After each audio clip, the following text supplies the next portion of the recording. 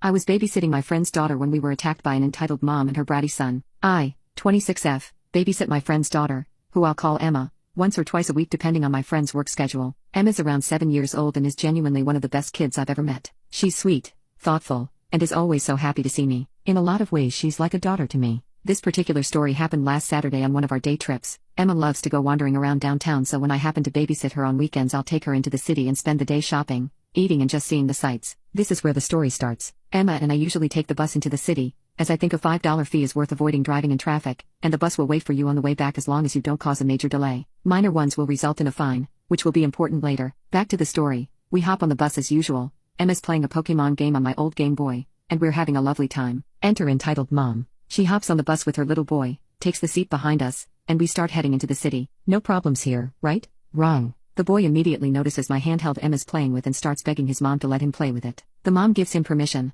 and I'm expecting this kid to ask Emma if he can have a turn. Nope. Instead, the little crotch goblin jumps out of his seat and tries to snatch the game out of her hands. He gets a hold of it for a second, but I immediately grab it back. The boy starts crying and his mom gives me a death glare. He just wants to play. The least you can do is give him a turn. Tell your kid to apologize and I'll think about it. Don't tell me how to parent my child. I wouldn't have to if you do it yourself. Apparently that was the wrong thing to say, as entitled mom's face turns red and she starts cursing me out. I get up, take Emma to another seat farther up and go tell the driver what happened. I barely started explaining the situation when I hear Emma start yelling. I turn around. The little jerk has one hand on Emma's game and the other pushing her away. His mom is watching with this satisfied look on her face as her spawn rips the game out of Emma's hands and skips back to his seat. I immediately storm over and grab it back. He, naturally, starts throwing another tantrum. I don't care. It's barely 8 in the morning. Emma and I were supposed to be having a fun girls' day, and this demon child and his a-hole mom have ruined it. The mom starts screaming at me again, but fortunately the bus driver had seen the whole thing, parked the bus and practically started dragging the mom and her kid off the bus. The mom is screaming that Emma and I were the ones causing problems,